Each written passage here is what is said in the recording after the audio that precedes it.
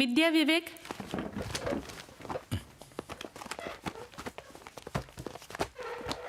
Good morning teacher. Good morning. Morning. Good morning. ഓരോ term കഴിയും തോറും വിവേകിന്റെ നിലവാരം താഴേക്കാം. ക്ലാസ്സിൽ ഒട്ടും കോൺസെൻട്രേഷൻ ഇല്ല. ഏത് സമയവും കൂട്ടുകാരുമായിട്ട് സംസാരിച്ചിരിപ്പ. ഈ ഇടയായിട്ട് ഹോംവർക്കും ചെയ്യാറില്ല. ഇനി ഇങ്ങനെ ഉണ്ടാവില്ല ടീച്ചർ. ഞാൻ തന്നെ നേരിട്ട് ഇവൻ്റെ കാര്യം ഇനി ശ്രദ്ധിച്ചോളാം. പിന്നെ എൻ്റെ മകൻ്റെ കാര്യത്തിൽ ഒരല്പം ശ്രദ്ധ കൂടുതൽ കൊടുക്കണം ടീച്ചർ. ഇവൻ ക്ലാസ്സിൽ ശ്രദ്ധിക്കാത്തതിനും ഹോംവർക്ക് ചെയ്യാത്തതിനും ഞാൻ ക്ഷമ ചോദിക്കുന്നു. സോറി സോറി സോറി കേട്ടോ, സോറി. It's okay. ഇതൊന്ന് സൈൻ ചെയ്തേക്ക്. ഓ, വീട്ടിലോട്ട് വാട്ടോ. Akash K J. Good morning ma'am. Good morning. Good morning. Morning. ഈ ആകാശ് സ്കൂളിലേക്ക് വരുന്നത് തന്നെ പഠിക്കാനല്ല, ഫുൾ ടൈം കളിയാ.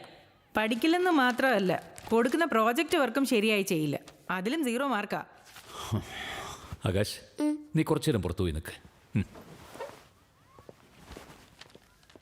മാം, നിങ്ങൾ കൊടുത്ത ഈ പ്രോജക്റ്റ് ഏറ്റവും ഭംഗിയായിട്ട് ചെയ്തത് എൻ്റെ മകൻ ആകാശാണെന്നാണ് എൻ്റെ വിശ്വാസം.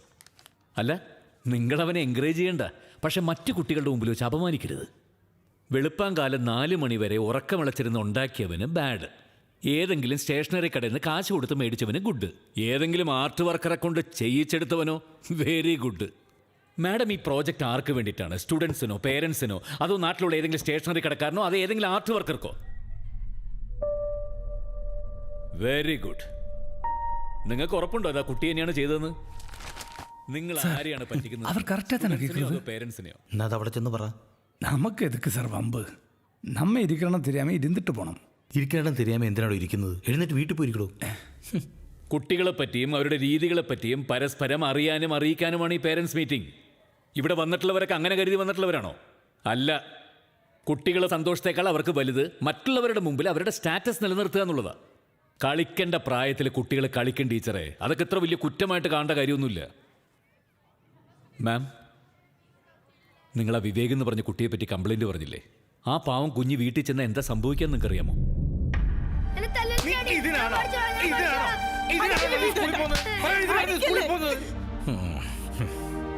അവർക്ക് അച്ഛന് ഇഷ്ടമല്ല, അമ്മ ഇഷ്ടമല്ല, സ്കൂൾ ഇഷ്ടമല്ല, ടീച്ചേഴ്സിന് ഇഷ്ടമല്ല.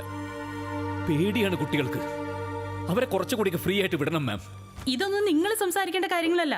ഞാൻ തന്നെ സംസാരിക്കും മാഡം, അല്ലാതെ വേറെ ആര് സംസാരിക്കും? സാർ ഒന്ന് ഇവിടെ വരെ വരണം. ഇവിടെ ഒരാളെ വന്ന് വഴക്കുണ്ടാക്കുന്നു. സത്യം പറഞ്ഞാൽ അത് വഴക്കിടലാവോ ടീച്ചർ? ഇതെന്റെ മകന്റെ ഭാവിയുടെ കാര്യമാണ്. അവൻ എന്തെങ്കിലും ഒരു പ്രശ്നം വരുമ്പോൾ അവന്റെ അച്ഛൻ കൂടെ ഉണ്ടാവുന്നുള്ള വിശ്വാസം എൻ്റെ മകനുണ്ടാവണം.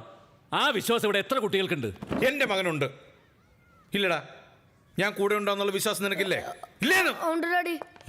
മിടുക്കൻ. എന്താ ഇവിടെ പ്രശ്നം? സാർ, പ്രശ്നങ്ങളുണ്ട് സാർ.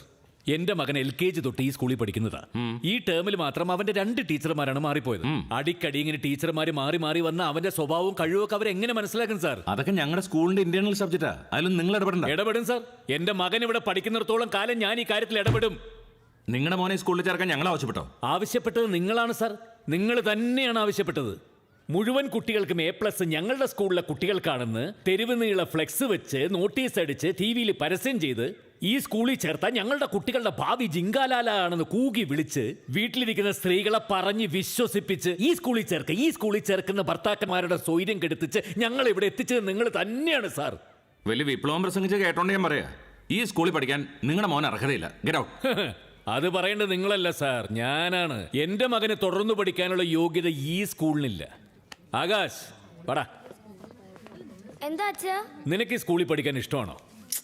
ഇഷ്ടമല്ല. കേട്ടില്ലേ? നിങ്ങൾ നിങ്ങളുടെ മക്കളോട് ഇതേ ചോദ്യം ഒന്ന് ചോദിക്ക്. പകുതിയിലധികം പേരുടെ ഉത്തരം ഇത് തന്നെയായിരിക്കും. വാ മക്കളെ.